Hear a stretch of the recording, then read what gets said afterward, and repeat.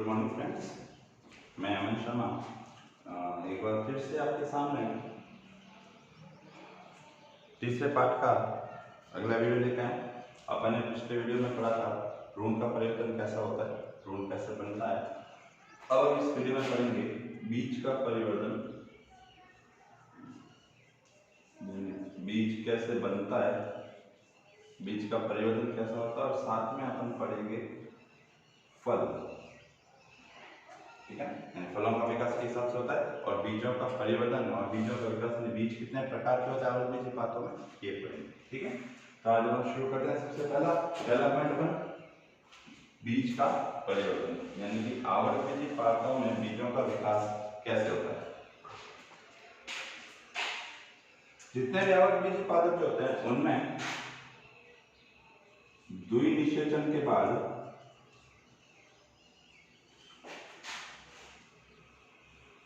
जब द्विनिषेचन की क्रिया संपन्न हो, द्विनिषेचन के बाद जो बीजाणु जो होता है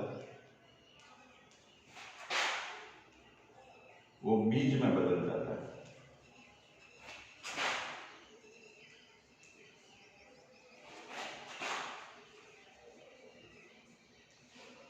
द्विनिषेचन की क्रिया में द्विनिषेचन के बाद जितने भी जो आवृत्ति पादप होते हैं उनमें बीजाणु जो रचना होती है वो रचना किसमें बदल जाती है, बीज में बदल जाती है। बीजाणु उपस्थित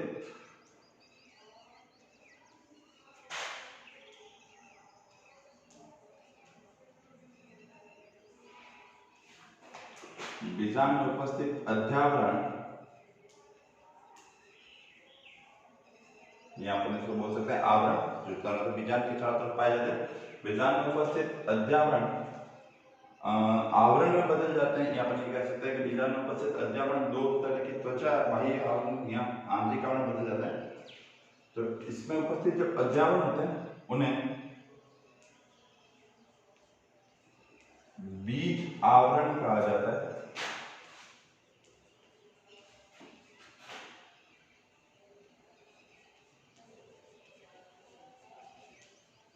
बीज आवरण कहा जाता है। इंपॉर्टेंट चीज, बाह्य बीज आवरण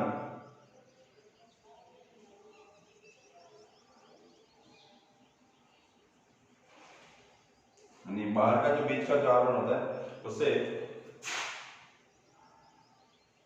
बाह्य बीज चोल, यानी बाहर का बीज का जो आवरण अध्यावरण होता है उसे बाह्य बीज चोल या टेस्टा कहा जाता है।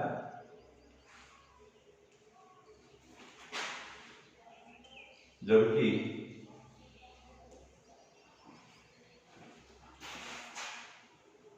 अंतः बीज आवरण, अंदर का जो बीज आवरण होता है उसे अंतः बीज चोल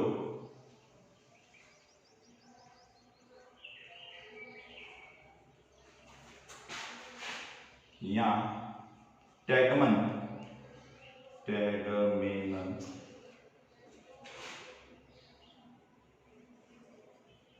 कहा जाता है।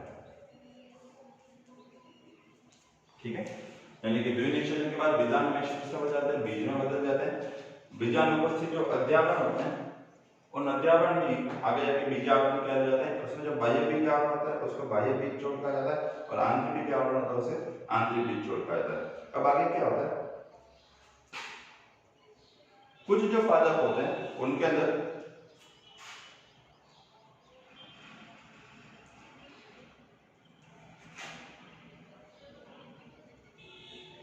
भ्रूण कोश के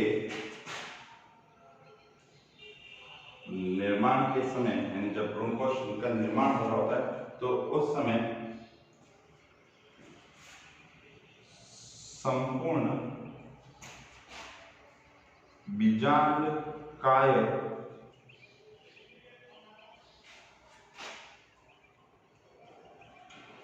का प्रयोग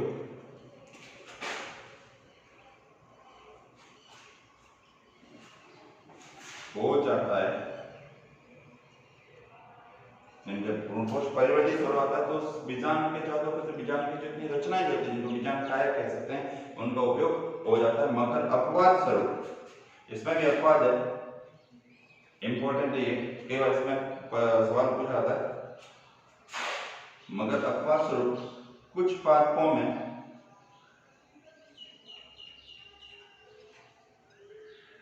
यह बीजाणु का है,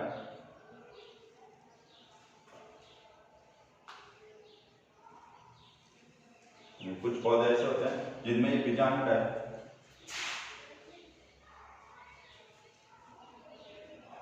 पतले आवरण के रूप में, ये बीजाणु का जो होता है वो पतले आवरण के रूप में उस भ्रूणपोष के चारों ओर उपस्थित हो जाते हैं, उस भ्रूण के चारों ओर पतली झिल्ली के रूप में पाया जाता है। कुछ पादपों में ये बीजाणु का पतले आवरण के रूप में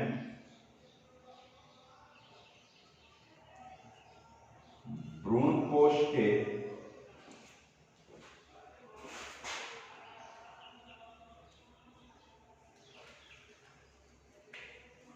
चारों तरफ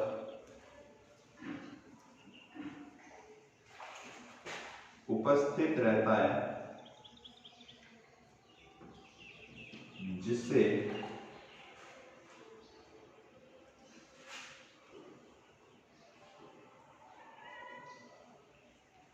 परिभ्रूणपोष कहा जाता है। इंपॉर्टेंट है परिभ्रूणपोष, यानी कि कुछ पादप ऐसे थे जिनमें लगभग तो सभी पादपों में जब भी भ्रूणपोष का निर्माण होता है तो बीजाणु का जितना भी भाग जो होता है वो सारा का सारा भाग उस भ्रूणपोष के निर्माण में प्रयुक्त हो जाता है। बट कुछ पादप ऐसे होते हैं जिनमें बीजाणु का एक भाग पूर्ण उपयोग नहीं होता और यह पतले आवरण के रूप में उस भ्रूणपोष के चारों तरफ चिपक जाता है, उपस्थित रह जाता है, इसको परिभ्रूणपोष कहा जाता है। इसका जो उदाहरण है वो काली मिर्च। आपने कई बार काली मिर्च को देखा होगा तो काली मिर्च के चारों तरफ ऊपर का जो आवरण होता है वो खुरदरा अजीब टाइप का होता है, वो परिभ्रूणपोष का उदाहरण होता है। ठीक है, तो बीज के परिवर्तन में क्या होता है, द्विनिषेचन की क्रिया के बाद में क्या होता है, बीजाणु जो होता है वो बीज में बदल जाता है। बीजाणु उपस्थित जो अध्यावरण जो होते हैं उन्हें भी क्या कहते हैं, बीजावरण कहा जाता है। बाह्य बीज का जो आवरण होता है उसको बाह्य बीज चोल या टेस्टा कहा जाता है। ये केवल चीजें पूछी जा चुकी है। जबकि अंतर बीज का जो आवरण होता है उसको अंतर बीज चोल या टैगमेन कहा जाता है। ये दोनों वर्ड पूछे जा चुके हैं।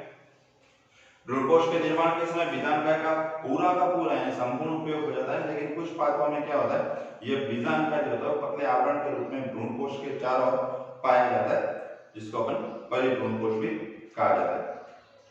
आगे अपन देखते हैं इसमें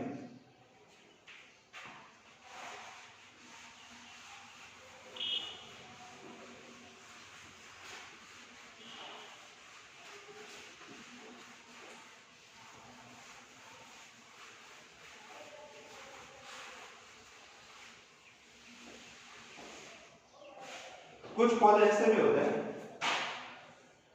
ठीक है, कुछ पौधे ऐसे होते हैं जिनमें बीजाणु का मासल रचना के रूप में पाया जाता है। ठीक है,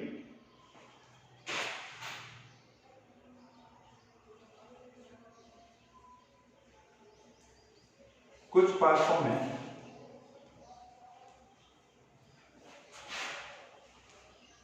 बीजाणु का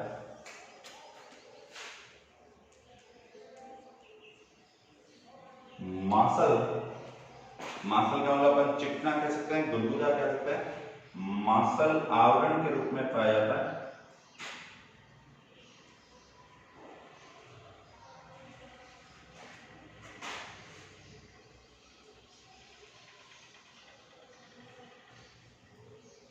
मासल आवरण के रूप में पाया जाता है, जिसे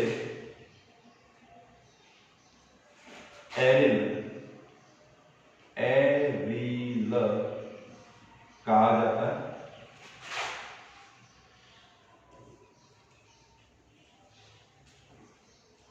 इसका जो उदाहरण जो होता है वो होता है लीची। यदि आप इसका उदाहरण देना चाहें तो लीची जो होती है वह इसमें पाया जाता है। कुछ पादपों में बीजाणु होता है वो मासल आवरण के रूप में पाया जाता है और इस आवरण को अपन क्या कहते हैं, एरिल कहा जाता है। ठीक है, उदाहरण इसका लीची कहलाता है। अगला, कुछ ऐसे भी पौधे होते हैं जिनमें अपन ये कह सकते हैं कि बीजांड द्वार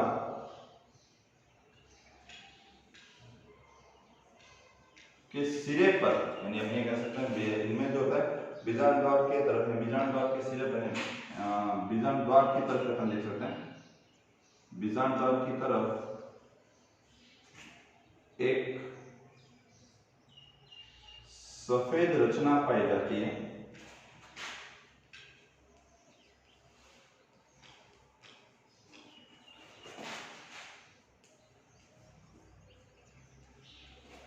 जिससे, ठीक है, कुछ पौधे ऐसे होते हैं, कुछ में तो क्या होगा एरिल के रूप में पाई जाती है, कुछ पौधे ऐसे होते हैं जिनमें बीजांड द्वार की तरफ एक सफेद नुमा रचना यानी हुकनुमा ऐसी रचना कह सकते हैं, सफेद रचना पाई जाती है, जिसे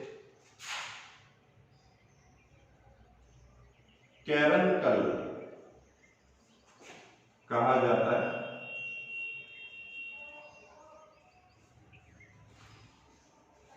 इसका जो उदाहरण है वो अरंडी का पादप है। अरंडी के जो पौधे होते हैं वो कुल यूफॉर्बिएसी,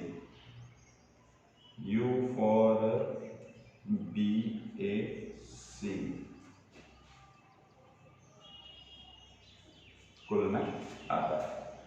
तो बीज का परिवर्तन अपन ने पढ़ा, कुछ पौधे ऐसे होते हैं जिनमें जो बीजांड का है तो आवरण जो होता है बीज का जो परिवर्तन हो रहा है, तो एक पतले आवरण के रूप में उसके चार रूप पाया जाता है जिसको परिभ्रूण कोश कहा जाता है, ये तो था पहला। दूसरा, कुछ में मासल आवरण के रूप में होता है जिसको अपन एरिल बोलते हैं।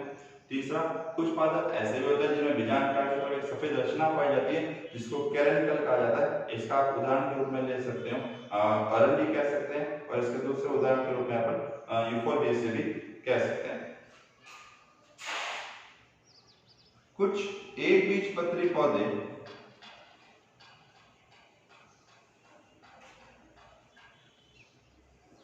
अपन ये कह सकते हैं जितने भी जो एक बीजपत्री पादप जो होते हैं उनके अंदर बीजांड द्वार पर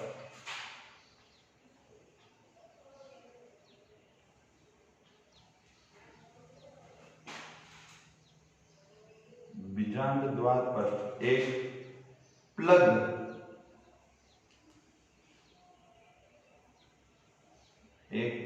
नुमा रचना पाई जाती है,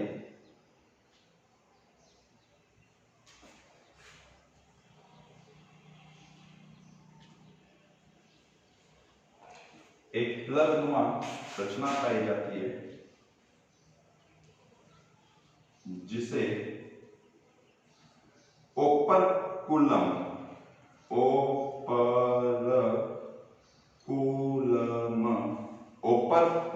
कहा जाता है।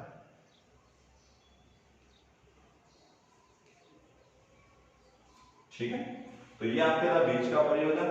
इसमें जो सवाल जो आता है परिभ्रूण कोश का पूछा आता है, एरिल का पूछा जाता है, ये आपके एरिल का पूछा जाता है, इसका उदाहरण आपके लिखिए जाता है।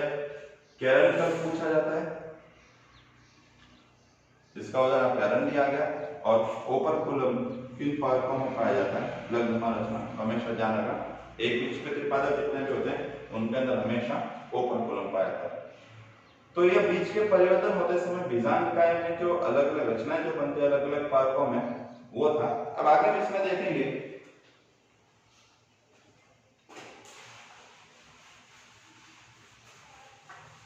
कि भ्रूण कोश के आधार पर आवृतबीजी पादप जितने भी होते हैं उनमें दो प्रकार के बीजों का निर्माण होता है।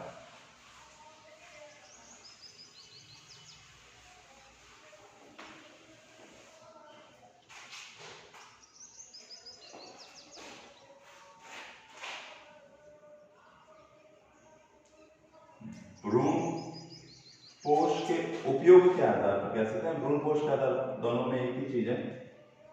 भ्रूण कोश के आधार पर बीज जो होते हैं उनको दो प्रकार में बांटा है।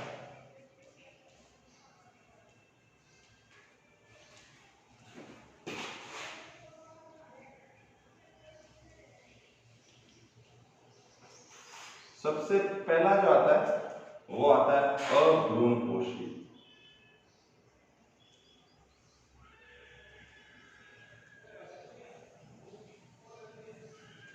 अभ्रूणपोषी, अभ्रूणपोषी का मतलब ये होता है कि ऐसे पादपों में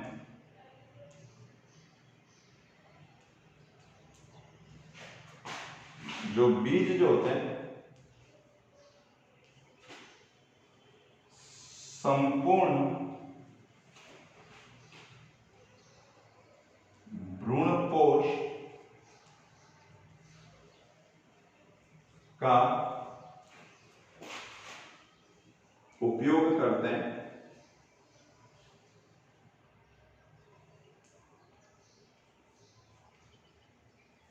ठीक है। ऐसे पादप जिन्हें बीज क्या करते हैं, जो परिवर्तित होते हैं तो संपूर्ण भ्रूणपोष का क्या कर लेते हैं, उपयोग कर लेते हैं और भ्रूण में परिवर्तित हो जाते हैं। तो इनको क्या कहा जाता है, इन बीजों को क्या कहते हैं, इन्हें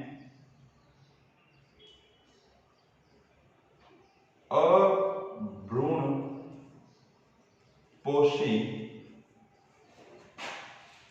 अथवा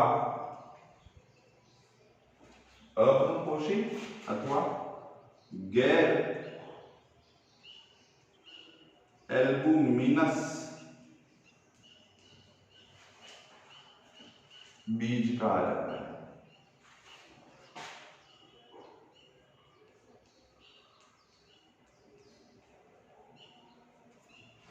ठीक है, तो वे सारे पौधे जिनमें बीज संपूर्ण भ्रूणपोष का उपयोग करते हैं और वो एक विकसित बीज में परिवर्तित होते हैं, पूरे पूरे भ्रूणपोष का खा लेते हैं, उससे कुछ भी नहीं रखते हैं, उन्हें क्या कहा जाता है, अभ्रूणपोषी कहा जाता है। यहाँ उन्हें गैर एल्बुमिनस बीज भी कहा जाता है। इसका जो उदाहरण है, इसका उदाहरण में आता है आपके द्विबीजपत्री पादप, जैसे मटर और चना, ये आप कह देंगे इसमें अभ्रूणपोषी में। नंबर सेकंड है भ्रूणपोषी,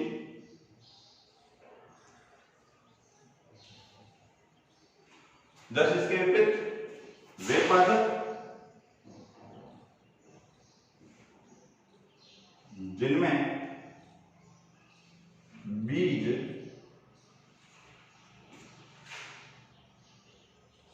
संपूर्ण भ्रूणपोष का उपयोग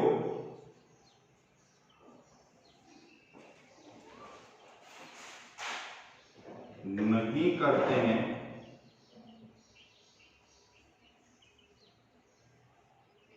उन्हें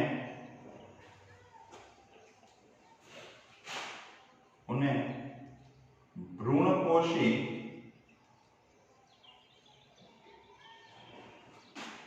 अथवा एल्बुमिनस,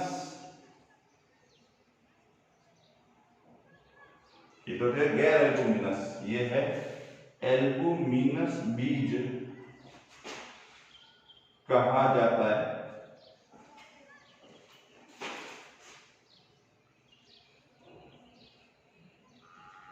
इसका जो उदाहरण आप ले सकते हो, एक बीजपत्री पौधे जितने में होता है, इसके उदाहरण में आपने ले लिया मक्का,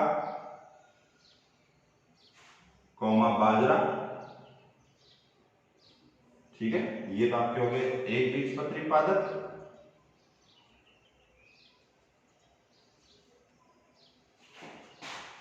और द्विबीजपत्री के अंदर आपने ले लिया अरंडी। अरंडी का जो पादप होता है ये आपका आ गया इसमें द्विबीजपत्री है, ठीक है। तो बीज का जो परिवर्तन होता है उसमें भ्रूणपोष के आधार पर आवत बीज पादपों का बीज होता है उसको दो प्रकारों में बांटा जाता है। नंबर पहला अभ्रूणपोषी, इसको अपन गैर एल्बुमिनस भी कहते हैं। इनमें क्या होता है, ऐसे पादपों में जब बीज का परिवर्तन हो रहा होता है तो संपूर्ण भ्रूणपोष का उपयोग इसमें कर लिया जाता है, इसलिए इनको अभ्रूणपोषी अथवा गैर एल्बुमिनस बीज कहा जाता है। यानी चुष्कांत के द्वारा 100% भ्रूणपोष का उपयोग कर लेते हैं। उदाहरण के रूप में द्विबीजपत्री पादप जितने भी होते हैं, मटर ले लो, चना ले लो, उनके अंदर अभ्रूणपोषी बीज पाए जाते हैं। भ्रूणपोषी बीज वे पादप जिनमें बीज संपूर्ण भ्रूणकोश का उपयोग नहीं करता है, उन्हें भ्रूणपोषी अथवा एल्बुमिनस बीज कहा जाता है। इसका उदाहरण आपके एक बीजपत्री पादप में मक्का ले लीजिए, बाजरा ले लीजिए। इसके अलावा अरंडी का जो द्विबीजपत्री पौधा होता है उसमें भी जो बीज पाए जाते हैं वो भ्रूणपोषी पाए जाते हैं। ये आपके दोनों इंपॉर्टेंट है, इनकी परिभाषा और उदाहरण कई बार पूछे जाते हैं। कई बार कंफ्यूज करने के लिए नाम ही लेते हैं गैर एल्बुमिनस और एल्बुमिनस। एल्बुमिनस बीज कौन से होते हैं, गैर एल्बुमिनस बीज कौन से होते हैं, वो पूछ लिया जाता है। तो एक याद कर लीजिएगा, दूसरा जस्ट उसका विपरीत होगा। आपने अभ्रूणपोषी याद कर लो कि इसमें बीज संपूर्ण भ्रूणकोश का उपयोग करते हैं, उन्हें अभ्रूणपोषी या गैर एल्बुमिनस कहा जाता है। इसका उदाहरण आपने द्विबीजपत्री याद कर लो। इसके जस्ट विपरीत में ऐसे पादप जिनमें बीज संपूर्ण भ्रूणकोश का उपयोग नहीं करते हैं, उन्हें भ्रूणपोषी या एल्बुमिनस कहा जाता है। और इसका उदाहरण हो गया एक बीजपत्री पादप। तो ये तो था बीज का परिवर्तन। अब हम इसका नेक्स्ट टॉपिक लेंगे,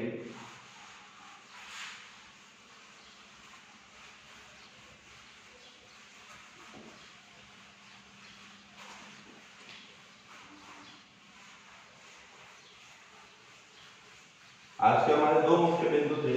अभी इससे पहले के वीडियो में हमने भ्रूण का परिवर्तन पढ़ा था, नेक्स्ट में हमने पढ़ा है बीज का परिवर्तन। अब इसका जो अगला टॉपिक है और आज का जो अंतिम टॉपिक जो होता है वो होता है फल, यानी फ्रूट कैसे बनते हैं। आवृतबीजी पादप जितने भी होते हैं उनमें फ्रूट का निर्माण कैसे होता है। तो जितने भी आवृतबीजी पादप जो होते हैं उनमें निषेचन के बाद में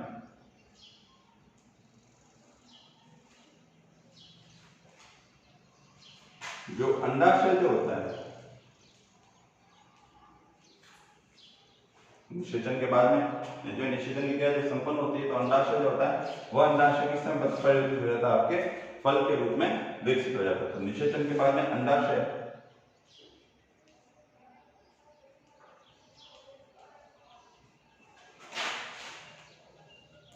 फल के रूप में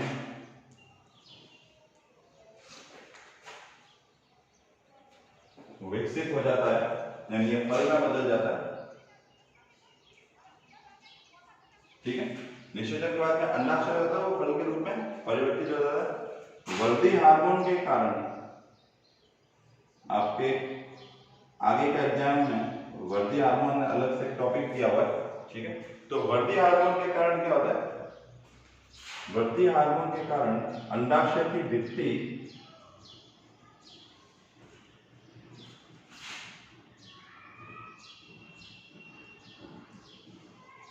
अंडाशय की जो भित्ति जो होती है, यानी आवरण जो होता है वो फल भित्ति, जिसको इंग्लिश में पेरिकार्प बोलते हैं, पेरिकार्प,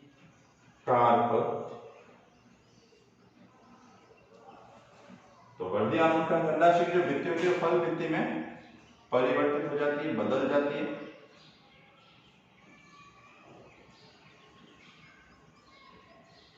ठीक है, तो निषेचन के बाद अंडाशय क्या होता है, हमेशा फल के रूप में विकसित हो जाता है। और ये जो वृद्धि हार्मोन यानी जो भाग अपन खाने में उपयोग लेते हैं, वो जो खाने वाला जो फल का जो भाग होता है जिसको हिंदी में अपन गुदा बोलते हैं, उस गुद्देदार भाग को अंडाशय से वो बनता है, वो यानी वही आगे फल में बदल जाता है। और जो वृद्धि हार्मोन जो होते हैं जो पार्कों में बहते हैं, मुख्य रूप से ऑक्सिन, साइटोकाइनिन, जिब्रेलिन, ये सारे वृद्धि हार्मोन होता है। तो ये अंडाशय की भित्ति को क्या कहते हैं, धीरे धीरे फल के चारों जो आवरण जो होता है जिसको अपन सामान्य भाषा में छिलका बोलते हैं, उस छिलके को फल भित्तियां पेरिकार्प में बदल देती है। आगे क्या होता है, आवृतबीजी पादपों में गुण पाया जाता है। ठीक है, अब आगे जो भी है कुछ परिभाषा थी, परिभाषाओं से सवाल पूछते हैं। पादपों में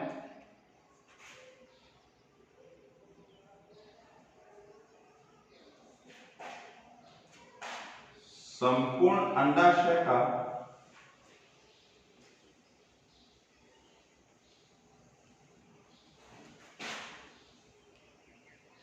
फल में बदल जाना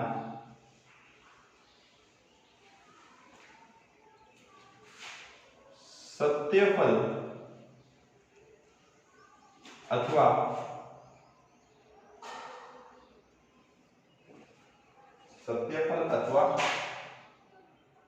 वास्तविक फल कहलाता है।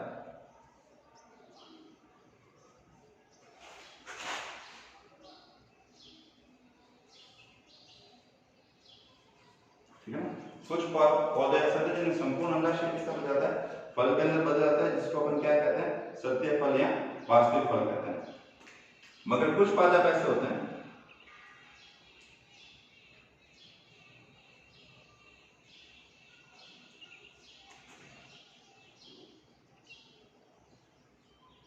अंडाशय के साथ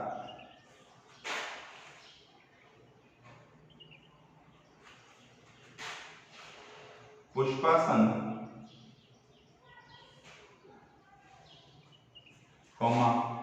बाह्य तल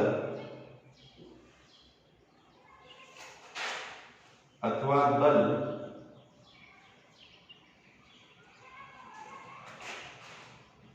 भी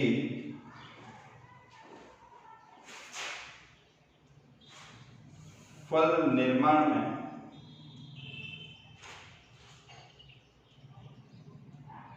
सहायता करते हैं।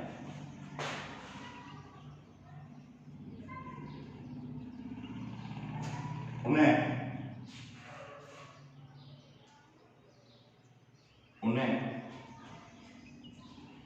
असत्य, आभासी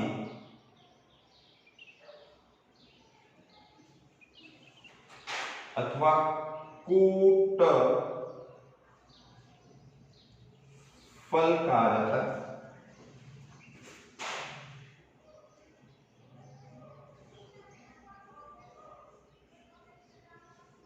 इसका जो उदाहरण जो होता है वो आप इसका एग्जाम्पल के रूप में आप सेब को ले सकते हो, एप्पल जिसको हम बोलते हैं। ठीक है, तो अधिकतर जितने भी पौधे जो होते हैं उनमें संपूर्ण अंडाशय फल में बदल जाता है, इसको तो अपन कहते हैं सत्य फल या वास्तविक फल। जबकि कुछ पादप ऐसे जो होते हैं उनमें अंडाशय के साथ साथ पुष्पासन, बाह्य दल और दल भी फल के निर्माण में सहायता करते हैं। उन्हें अपन आभासी फल कहते हैं या असत्य फल कहते हैं या कूट फल भी कहा जाता है। इसका जो उदाहरण होता है वो अपन सेब को मानते हैं। ठीक है, अधिकतर ये परिभाषा पूछी जाती है वास्तविक फल और आभासी फल। एक परिभाषा और आती है जो आवर्ती बातों में पाई जाती है।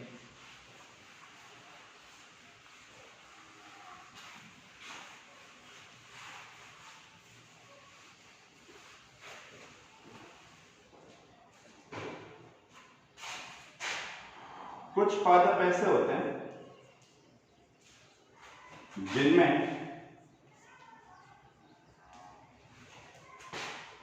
बिना निषेचन, यानी निषेचन की क्रिया होती भी नहीं है, बिना निषेचन के फल का निर्माण होता है।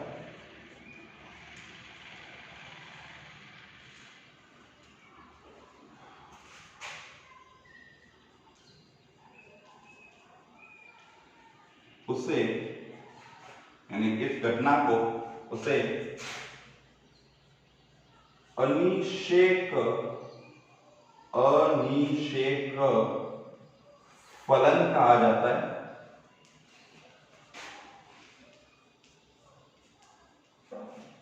ठीक है, यानी कुछ आवर्त पादप ऐसे होते हैं जिनमें बिना निषेचन के, यानी निषेचन की क्रिया संपन्न नहीं होती, युग्मज बनता ही नहीं है, फिर भी उनमें फलों का निर्माण हो जाता है, आसानी से हो जाता है, उसे अनिषेक फलन कहा जाता है। तथा ऐसे फल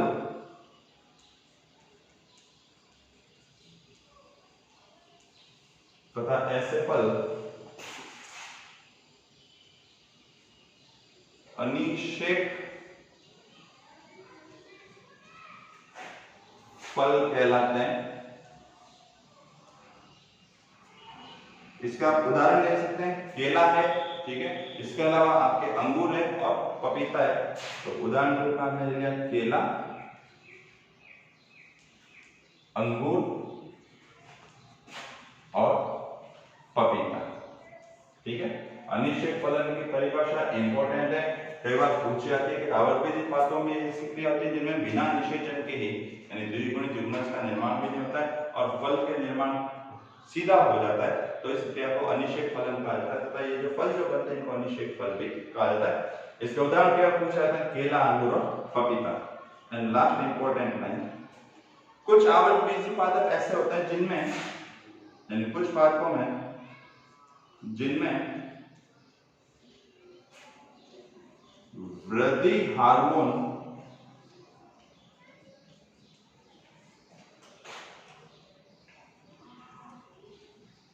के छिड़काव से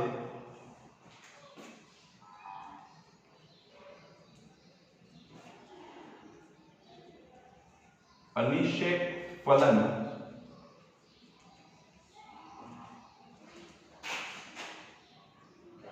की क्रिया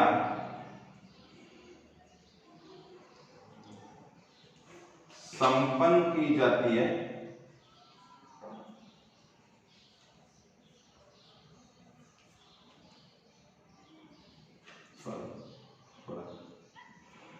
ठीक है ना।